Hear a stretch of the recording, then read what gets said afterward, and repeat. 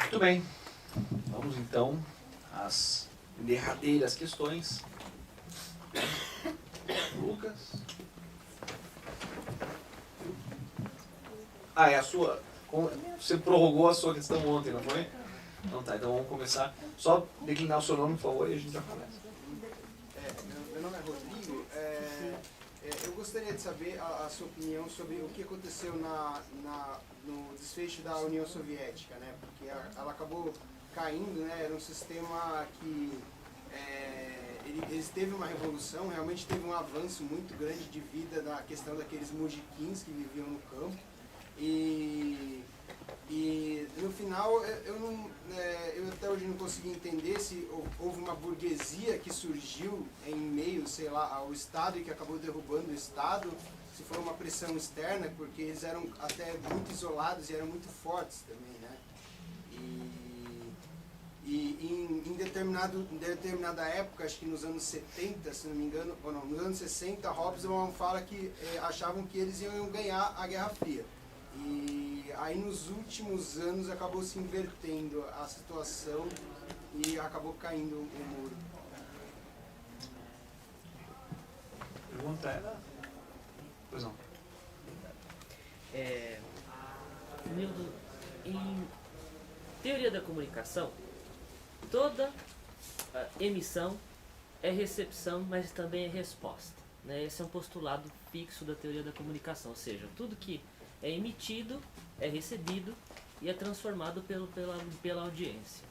Eu acho que é um bom postulado para se pensar também interpretações teóricas que nós estamos recebendo, no caso da teoria marxista-dependente, nós estamos recebendo ela de uma forma meio que tardiamente, né? Então nós estamos recebendo e nós estamos produzindo as nossas próprias interpretações a respeito delas. Porque, enfim, a história o exige assim, né? Nós não vivemos mais nos anos 60 para pensar o que o Marini pensou exatamente, a Vânia, o Teotônio e tal. Só que dentro do escopo das pessoas que estão pensando isso hoje, tem gente como você, que está ligado aí, disse pra gente várias vezes nessa semana, a teoria marxista da dependência é um programa para a Revolução Brasileira, mas também tem gente que, vamos fazer uma concessão de direito, não vou dizer o nome pela ética, acha que isso que a teoria marxista da dependência é fazer apologia do empresário nacionalista, né? Antônio Hermínio de Moraes, etc. e tal. Então, essa é a parte. Se a gente precisa de uma unidade, a gente quer uma unidade para a Revolução Brasileira. A gente também precisa buscar unidade interpretativa dentro dos nossos próprios círculos, né? O que é, afinal, a teoria marxista da dependência, né? Esse é um ponto. Outro ponto eu falei que é recepção, mas também é resposta. Então, à medida que a gente difunde, a gente recebe, difunde, a gente atualiza, né? Você chamou a atenção aqui várias vezes na semana que é preciso levar em consideração a proeminência aí do capital financeiro, né, para se pensar o problema latino-americano hoje, que não estava posto da forma como está hoje lá nos anos 70. Mas eu acho que tem outras coisas também que a gente precisa pensar, que você pensou nessa semana, mas que ainda é deficiente dentro da teoria marxista da dependência, como, por exemplo, o tema do Estado, né? O Estado, o poder político, os arranjos de classe que, por sua vez, sustentam o poder político, isso é deficiente. E há pouca gente trabalhando nesse sentido, né? Esse é o segundo ponto. E um terceiro ponto, quero rapidamente fazer divulgação de um curso que eu estou ajudando a organizar, que vai acontecer no SESC, de 13 de julho a 31 de agosto, uma vez por semana, às quintas-feiras, né? Chama Dependência na América Latina, um museu de grandes novidades. O Nildo é um dos nossos convidados, mas também nós teremos como convidados o professor Carlos Eduardo Martins, o professor Marcelo Carcanholo, a professora Angélica Lovato, Roberto Traspadini e tal. Eu repito, de 13 de julho a 31 de agosto, às quintas-feiras, vai ser no SESC, a gente tentou, mas não conseguiu. O curso vai ser pago, mas é um valor relativamente baixo. Então, para quem tiver interesse, muito provavelmente nas próximas semanas nós vamos iniciar a divulgação. Eu estou fazendo a divulgação aqui em primeira mão porque já foi aprovado. Bom, obrigado. Obrigado. Meu nome é Lucas, sou do Rio de Janeiro. E pensando em algumas coisas que você falou essa semana, servidores públicos do Rio de Janeiro, ou parte deles, se encontram num cenário, né, de superexploração porque não estão recebendo salário, ou recebem um salário falsamente parcelado. E a explicação que se apresenta é que seria decorrente do superendividamento do Estado, né, que seria um fenômeno que estaria se reproduzindo, o fenômeno da União que se reproduz nos Estados, e a explicação que se apresenta, no caso do Rio de Janeiro em especial, é mais ou menos parecida com a explicação que se dá para o caso da União. O Rio de Janeiro tinha a commodity principal, o petróleo. O barril do petróleo caiu de $100, se não me engano, $34 ou $33 agora. O investimento em infraestrutura e qualquer coisa do tipo foi pifa, né? O dinheiro, a gente sabe pro bolso de quem que foi, e os servidores estão sem receber. Eu queria primeiro saber se essa explicação é verdadeira ou se há uma outra explicação.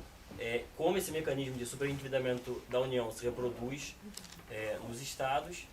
Essa seria uma questão. E a segunda questão mais pragmática é qual seria o discurso mais palatável, mais simples para a gente combater o discurso da austeridade, né? Como a gente está sendo bombardeado o tempo todo, né, pela mídia, assim, o governo cretino do Temer coloca, se não tiver ajuste, não tem Bolsa Família, não tem universidade, né?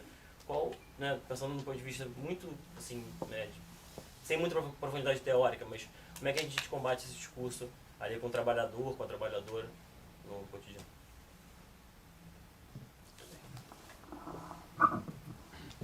Olha só, Rodrigo, é impossível dar uma resposta para um fenômeno tão importante como foi a desaparição da União Soviética. Mas eu queria lembrar o André Gunder Frank sobre esse tema, que tem a ver com o autor aqui. Em 1976, o André Gunder Frank escreveu 2 textos para a revista do Partido Socialista Operário Espanhol, lá da Espanha, em que ele dizia o seguinte, eu me lembrei dele, tu dizia assim, olha, a União Soviética é muito isolada e tal. Não, o Frank dizia assim, olha, a grande novidade aqui é o seguinte, é que a União Soviética está cada vez mais com laços comerciais com os Estados Unidos, com a Europa, e está cada vez mais integrada ao sistema capitalista. Isso aqui pode ser muito bom para as finanças, para a economia, mas é muito ruim para o socialismo, entendeu? Então, essa premissa do isolamento da União Soviética, ela tem que ser tomada com muito cuidado, tem que ser revisada por essa agudíssima sacada do André Gunder Frank. A segunda é que, obviamente, o sistema como a União Soviética, ele tinha a hostilidade permanente do imperialismo. Mas, claro que eles tinham também pontos de acordo, né? Não dá para aplicar, no caso da União Soviética, a teorização típica que nós tivemos aqui da teoria da dependência. Porque a teoria da dependência foi pensada para uma realidade latino-americana. O próprio Marini dizia o seguinte, olha, não me arrisco sobre África, outras coisas, a gente pensou a situação latino-americana. É claro que dá sempre a tentação de estender isso para os países africanos, para alguns países asiáticos, etc., e, nesse caso, a despeito das diferenças, até para a União Soviética. Por exemplo, depois da queda do Muro de Berlim e da desaparição da União Soviética, o pensamento cepalino e algumas coisas da teoria da dependência começaram a ser ultra divulgados na Hungria, na Bulgária, na Tchecoslováquia, nesses países. Celso Furtado, Raul Prebisch começaram a ser valorizados lá. Por quê? Porque, obviamente, quando eles estavam articulados com a União Soviética, tinha uma certa divisão ali. Então, a Tchecoslováquia era bastante industrializada comparada com a Bulgária. Mas existia uma certa divisão, né? Uma divisão que, inclusive, teve a aguda crítica do Che Guevara. O Che Guevara dizia muito claramente, junto com Charles Brettenheim, etc., olha, aqui está operando mais do que em relação a Cuba, está operando em um intercâmbio desigual aqui, desceu a lenha, baseado na teoria do valor e num estudo, um grupo de estudo do capital que eles tinham, que varava a madrugada, porque o Che ia lá arrancar a cana, colher cana e ia para o ministério, e ainda depois tinha, e eu conheci um argentino que fez parte do grupo do capital, era uma loucura, porque era madrugada dentro, eles lendo o Capital. No outro dia, 8 da manhã, 7 da manhã, tocando a vida como se nada. Isso é você vê que é uma energia que vem do processo revolucionário, um negócio extraordinário. Mas então ele já denunciava essa desigualdade aí no bloco. E claro que dentro do esquema da nacional, apesar do CAMI, né, que era como se chamava o mercado comum deles, tinha essa desigualdade, podia se ver isso aí como elementos de troca desigual. Eu só te dou esse antecedente para dar uma pista que talvez... Bom, e nunca é muito pertinente dizer que várias correntes do marxismo nunca reconheceram, sobretudo com Stalin, já Khrushchev, etc., que a União Soviética era um país socialista. Agora, tinha uma articulação muito clara, o Chomsky denuncia muito isso, né? Quer dizer, era muito conveniente para a potência imperialista dizer o socialismo é aquilo que tem lá. Quando caiu isso em 89, isso desatou energias extraordinárias que estão aí colocando esse mundo de ponta cabeça. Para muita gente, o fim da Rússia abriu a possibilidade precisamente de discutir o socialismo na linha do Guerreiro Ramos. O que o Guerreiro Ramos dizia?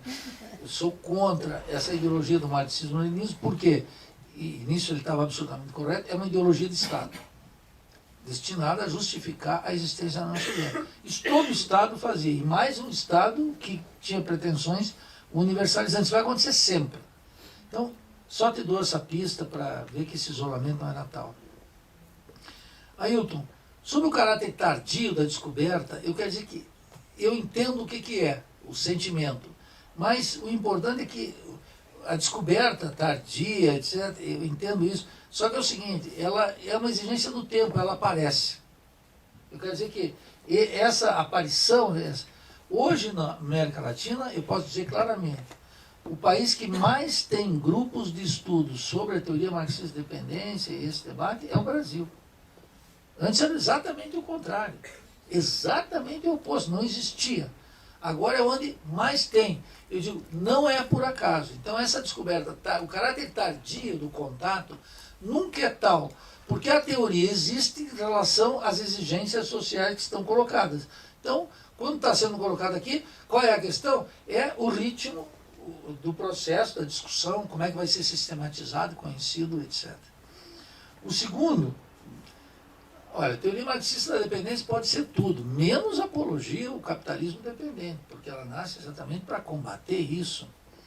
E eu dou um caso muito concreto, o vídeo que o MST fez sobre o Rui Mauro Marini é um vídeo que não faz jus à obra, é um vídeo que apresenta o Marini como se fosse um dependentista, um desenvolvimentista.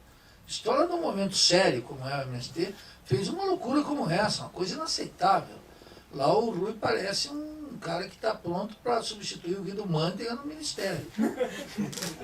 Uma vergonha. Na hora que eu encontrar o João Pedro, vou dizer, pessoal, uma vergonha. Isso é inadmissível. Além de eu ter sido censurado. Também tem mais essa que não vou aliviar. Vai lá, faz uma entrevista, vai e não aparece lá. Entendeu? Então, e tem uns ainda que, isso é um Stalin. Não, isso não tem nada a ver com o Stalin. O Stalin já está morto. Isso aí tem a ver com a... entendeu? Porque, claro, a minha recuperação do Rui Mauro foi também contra o Lula e o lulismo e tudo isso aí, porque também não ia lá falar do Rui em abstrato. É agora aqui e agora, né?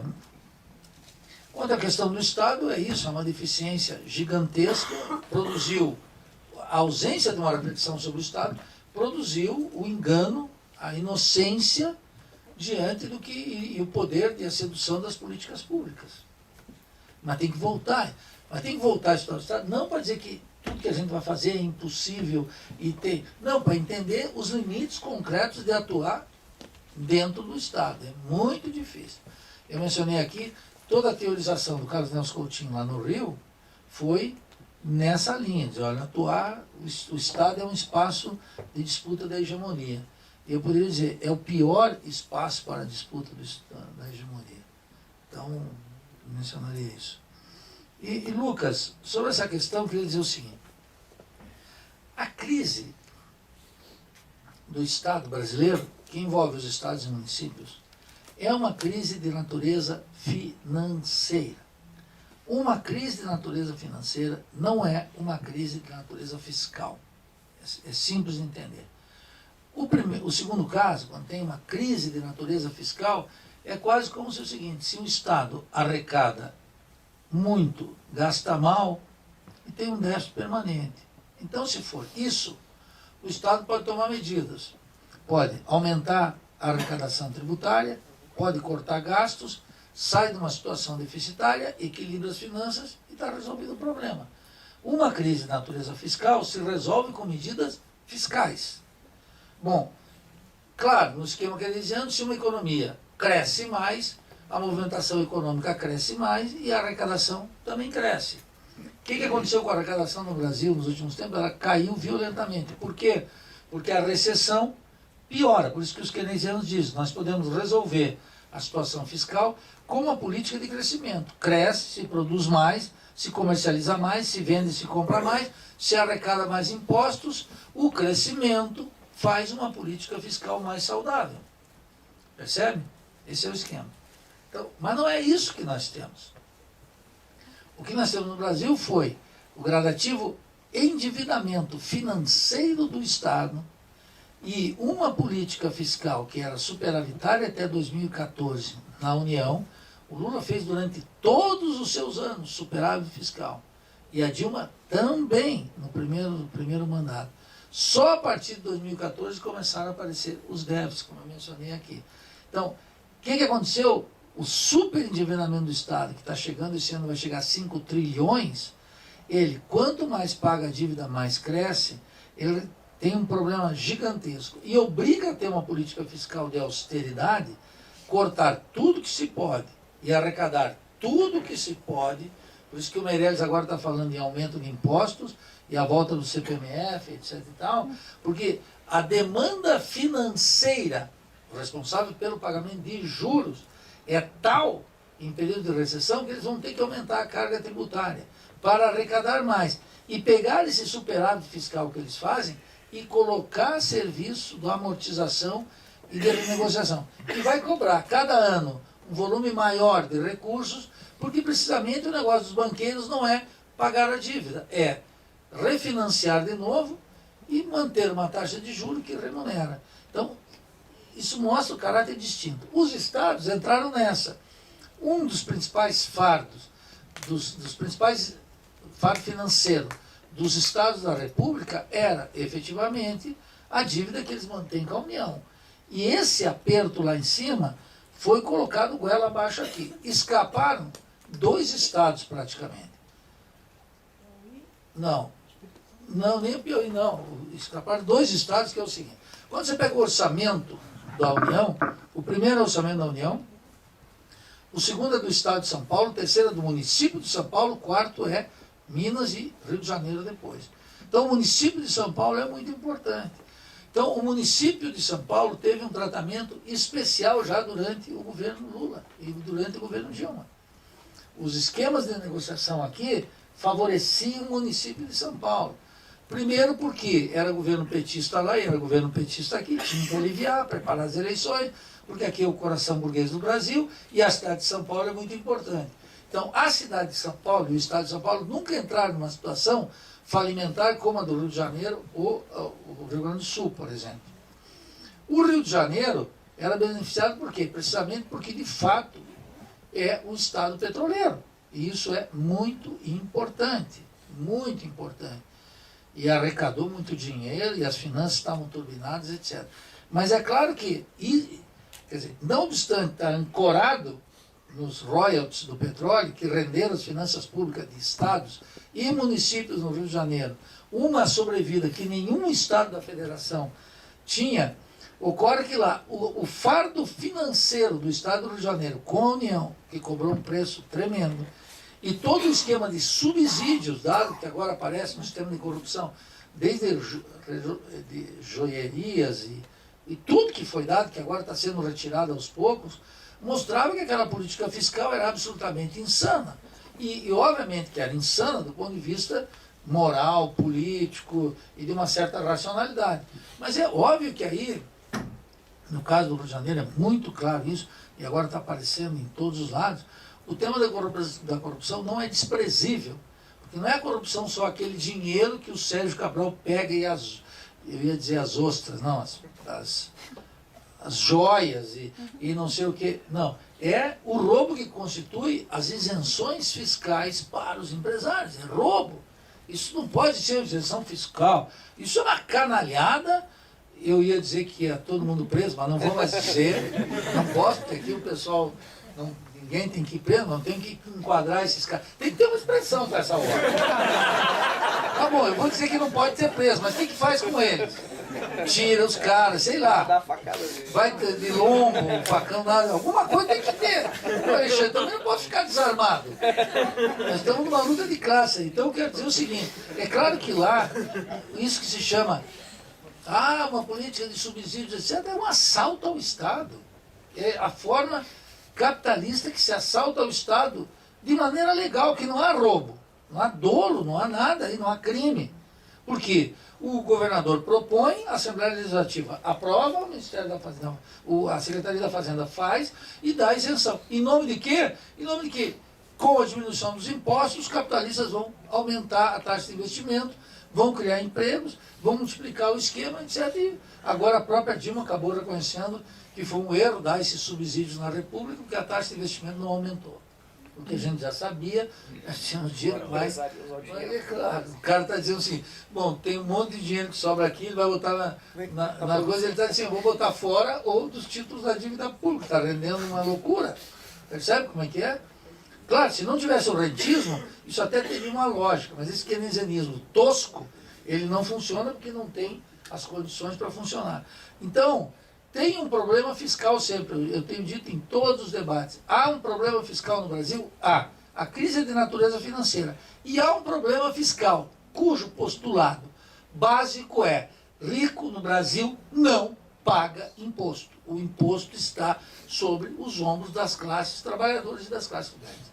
É aí que se paga imposto. Os dados são absolutamente eloquentes. É um negócio assim espantoso. Por isso que não há debate. Há o bordão. Não pode gastar mais do que arrecada. E a lei de responsabilidade fiscal. De manhã, de tarde, não tem informação. É doutrina e ideologia permanentemente. Então, não dá. Agora, como é que se combate o tema da austeridade? Eu acho que é um só. É fazer uma reflexão sobre o que é riqueza. Pode parecer, sim, Lucas, você vai dizer, como é que... Olha que é riqueza. Olha, eu dou o seguinte exemplo. Entre as funções, eu acho, de um Big Brother, qual é, eu acho que é a função fundamental do Big Brother? Não é atiçar, aguçar ou saciar a curiosidade que cada um tem do que está acontecendo na vida íntima das pessoas. Eu acho que é outro. Do ponto de vista de uma economia política, é abobar o destino público. Porque ele diz assim, agora nós estamos vendo que entre aqueles 5 vai sair um novo milionário. E entre aqueles 4 que ficaram vai sair um novo milionário. Quem é o novo milionário daqueles 3? E agora quem é o novo milionário que vai sair daqueles 2? E agora finalmente saiu o novo milionário. E o novo milionário sai com 1,5 milhão. Ou 2 milhões. Aí tu diz, você está louco, cara? Como é que um sujeito é milionário com 2 milhões? Isso não existe. Claro, imagina um sujeito que ganha a maçona da população economicamente ativa no Brasil, que ganha até 3 salários mínimos, que é a imensa maioria. O cara, quando ele fala em milhão, ele não entende que somar tudo não vai dar 1 milhão na existência dele. O cara ganha um salário mínimo por mês, soma tudo, quando é que vai dar 1 milhão? Isso é pior que a aposentadoria do tempo. O cara se aposenta com 142 anos. Tem essa função da bobar. Eu diria o seguinte, a economia política inglesa nasceu para explicar o sentido de riqueza. E tudo que nós vemos sobre a economia aqui no Brasil é para abobar o conceito de riqueza. A Globo fala agora que o agro é tech, o agro é pop, o agro é tudo. O agro é a riqueza do Brasil, eles dizem. Entrou a palavrinha riqueza. Aqui entrou adequado. A ideia de riqueza entrou sancionando quem? O latifúndio, a estrutura fundiária, e isso que está aí. Então tu tem o Big Brother para abobar o sentido de riqueza, é um cara de 1,5 milhão, e tem a propaganda do agro é tech, o agro é pop, o agro é tudo, o agro é a riqueza do Brasil, para vincular o imaginário da riqueza do Brasil ao campo, chamamos assim, ao latifúndio. Quer dizer, isso é um abobamento completo. É claro que ali tem produção de riqueza, mas não é a riqueza do Brasil. a única forma de confrontar o conceito da austeridade é mostrar a riqueza no Brasil. Agora, claro, quando os caras falam subdesenvolvido, pobre, crise, etc., parece que não produz riqueza. Não, na crise se produz riqueza. E a crise é excelente, nem todo mundo está perdendo com a crise. Basta ver o balanço dos bancos do ano passado. Foram extraordinariamente importantes, alguns acima da média do ano anterior, mas todos eles na mesma média. Os bancos continuaram ganhando. Os exportadores dos produtos agrícolas ganharam um rio de dinheiro. Por quê? Porque os preços continuaram subindo no mercado mundial.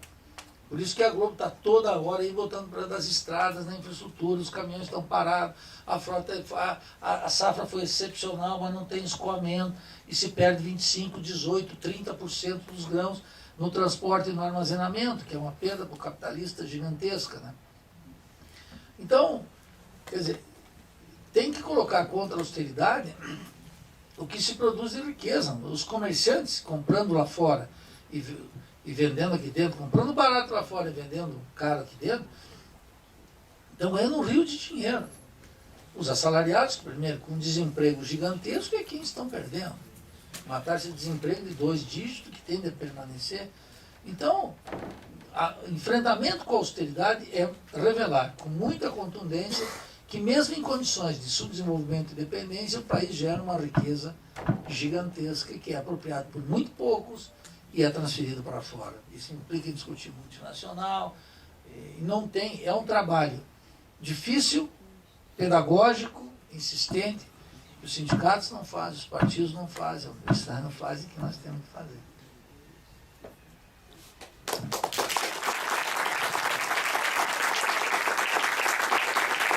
Então é isso, companheiros. Convido a todos. Novamente, obrigado, Nildo. Fiz um agradecimento do Ratinho. Muito obrigado, foi sensacional. Prazer vê-los, hein? Foi uma sensacional jornada. E quero convidá-los para, em maio, né, virem assistir ao curso do Roger Matthews, né, 8, 10 e 12 de maio, junto com o encontro do Grupo Brasileiro de Criminologia Crítica, que é um pouco um grupo que tenta fazer isso, né, ainda fazer polêmica, debate, enfrentamento. Engraçado isso, né, realmente, eu acho que é exatamente isso, né? A nossa cultura aqui é do beijanel, sabe? Pois não, né? Ficar ali o catedrático, né? Ficar ali, enfim. E aí, que excelente a sua pesquisa. A pesquisa é uma porcaria. O cara fica, que boa a sua pesquisa. Muito interessante. Não é nada interessante, né? Enfim, todo mundo é aprovado, né? Mas eu quero dizer também que há uma sinalização de mudança nisso no departamento de penal, né? A gente teve agora já 2 dissertações e uma tese reprovadas e não foi plágio. Isso é uma baita notícia, né? Boa notícia. Já tivemos 3 qualificações também com candidatos eliminados. Não, estou comemorando, tripudiando. Mas assim, em termos, né, sinalizando que o departamento Vai colocar um limite. está levando a sério, né? As pessoas mentem, né? Falam assim, não, eu estou muito ansioso para minha banca, tenho medo de ser aprovado. Porque até um acordo de cavalheiros, assim, se você vai reprovar, você tem que avisar antes, orientador, para não vai ficar feio para ele. E a CAPES não gosta também, né? Por exemplo, pô, investir um dinheiro nesse cara, ele é incompetente. Bom, acontece. Não é sempre que vai terminar bem. Né? Mas não, eles querem formar quantidade de doutores, querem fazer tudo. Enfim, se eu parar, e é nisso que eu estava pensando agora, tá projetando isso. Né? Eu acho que tem que pensar o ensino do direito de novo. Né? E um lugar a gente acomodou isso de maneira curricular. Né? Mesmo os estudantes caíram nessa. Assim, eu briguei muito com os estudantes no ano passado. Estava mudando o currículo da faculdade e tudo que eles queriam discutir era a grade. Depois a possibilidade de fazer estágio o quanto antes. E eu ficava maluco, porque eu falei, mas você sabe o que vocês estão formando no final das contas, né? Eu não estava interessado em saber quem que a universidade forma. Não, eu vou me formar e eu, se for um pateta, é capaz de virar ministro ainda. Você pode ser um prefeito de imbecil, se formar aqui, se fazer as coisas... Grande chance. O que, de certa forma, fala do grande prestígio dessa casa, né? Que mesmo o cara sendo... Ele consegue, só ficar ali, ele vai sendo conduzido. Então era para pensar isso, né? Então a gente tem que voltar a pensar também em ensino do direito. A gente está em mudança de currículo, né? A criminologia vai ocupar um espaço maior, quer dizer, a gente está naquela coisa de ampliar isso. Acho que o direito penal esgotou sua possibilidade de conter a violência do Estado. As categorias não entraram na prática, não conseguiram e, portanto, continuar batalhando por ali parece um diletantismo. Acho que está na hora de pensar criminologia crítica para enfrentar o sistema de justiça criminal dentro da sua prática. E não a partir de uma teoria que a gente afirma como um dever ser perdido. Né? Fala, não, vamos articular isso como uma transformação para impedir, né, essa máquina de moer carne. Né? Ele fala assim, a máquina de moer carne preta. Né? É isso, né? É um sistema criminal, né? Ele fala, enxugar gelo. Não, enxugar gelo cheio de sangue, né? É um troço horrível. Eu falei, o maior crime contra a mulher praticado no país é esse. E agora, a gente pode já considerar que com esse número de presos, com as formas de homicídio sistemático da polícia, com as formas de suprir encarceramento, isso aqui está cumprindo uma função muito importante nesse ajuste fiscal. E o ajuste fiscal tem uma expressão aí humana, né? Claro, alguém vai ter que morrer nesse processo. Os inúteis, né? Os que não podem sequer ser explorados pelo capital. Quem dera, né? Pudesse ser explorados pelo capital. Nem isso. Para eles não tem espaço, não tem a menor chance. Nem para eles, nem para seus filhos. Né? E aí a gente fica repetindo aqui na Faculdade de Direito, né?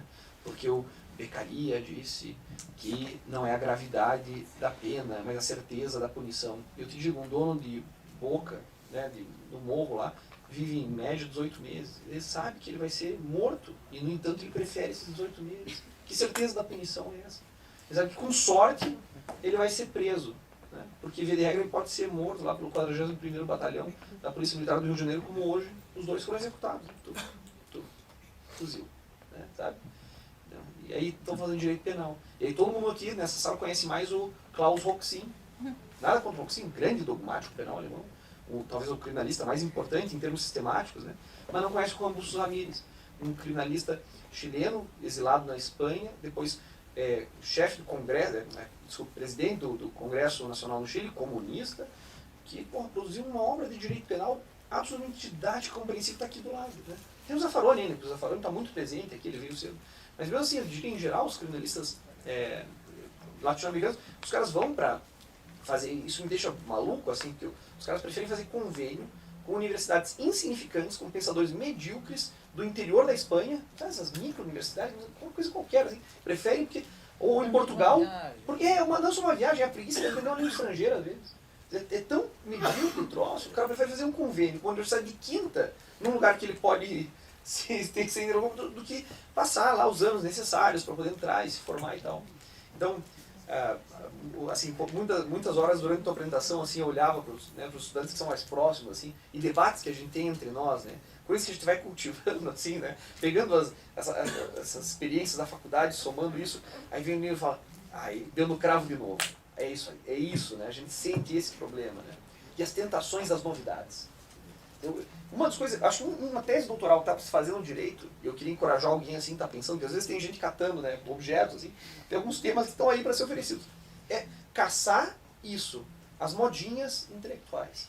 Porque elas aparecem nas notas de rodapé, assim, você vai vendo, se repete. Então, teve o ano do Agamben. O ano do Agamben aparecia em tudo. O Agamben explicava o mundo. Ainda está circulando bem, né? Mas já estou sentindo aqui o declínio do Agamben. Aí vai aparecer outra coisa, né?